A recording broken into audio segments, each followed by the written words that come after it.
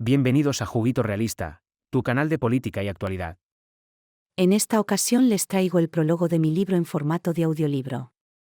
A menudo me he cuestionado sobre mi real condición de relativa libertad. Desde muy pequeño en la escuela me habían bombardeado el pensamiento de manera que algunas cosas quedaran poco esclarecidas y más bien las asumiera con cierta ingenuidad, aprovechando el proceso de desarrollo en el que nos encontrábamos yo y mis pares. Este proceso es sumamente parasitado por personas que posteriormente serían protagonistas de las crisis, por ende habiendo ya artificiado una relativa pérdida de las generaciones que hubiesen estado en presencia de esta manipulación cultural, política e identitaria de los sujetos. Ahora bien, si de solo estas cuestiones se tratase, la simplificación de las tesis y cuestiones principalmente políticas que se interponen en la tan preciada utopía jamás alcanzada pero tampoco propuesta con sensatez, sería una cuestión resuelta. Pero lejos de aquello, estamos más lejos que nunca en la historia de la humanidad.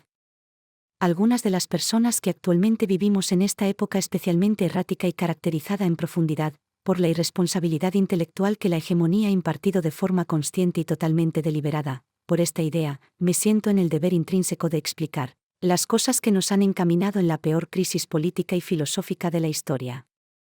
Para muchos intelectuales e historiadores, este conflicto podría pasar perfectamente desapercibido y de nuevo. No es un error, ya bien lo planteaba Antonio Gramsci en la antología, muchos intelectuales más acercados a la corriente liberal y la escuela austriaca podrían estar totalmente convencidos de que lo que sucedió principalmente en la segunda mitad del siglo XX y la primera mitad del siglo XXI fue un error de cálculo o algo que surgió esporádicamente. Esta conclusión ya había sido tomada en la primera mitad del siglo XX por el profesor Friedrich Hayek en su libro, Camino a la servidumbre, donde queda plasmado el evidente abandono de la tradición liberal y la hegemonía cultural que poco duró en la segunda mitad del siglo XIX e inicios del próximo siglo.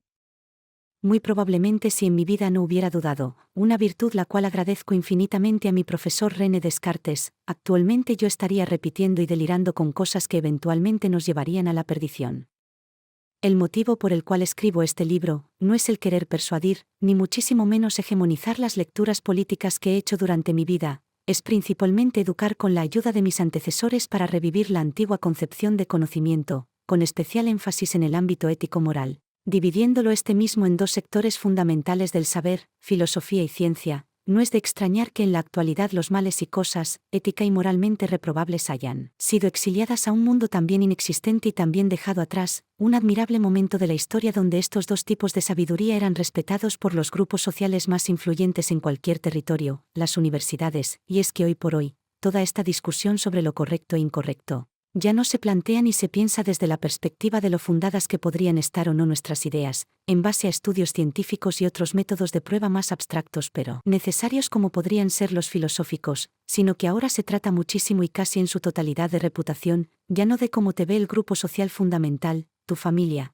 que también cuenta con el parasitismo comentado en un comienzo, sino que principalmente por otros grupos sociales comunes que producto de la aceptación, logran llegar a un trato con la maldad, otorgando su juicio y capacidad de crítica a cambio de ahora una mala fama, pero inclusive sacrificando algo aún más preciado para el ser humano posterior al Renacimiento y es su espíritu, aludiendo a su concepción intelectual y motivacional, no el reprochable sentido esotérico, que no es más que otra religión horrible para aniquilar la verdad a través de la poca sapiencia que tenemos en temas como el futuro después de la muerte, la conciencia y otras cuestiones que están desesperando a la comunidad científica, acelerando la exigencia de respuestas, dándolas, pero con mucha irresponsabilidad,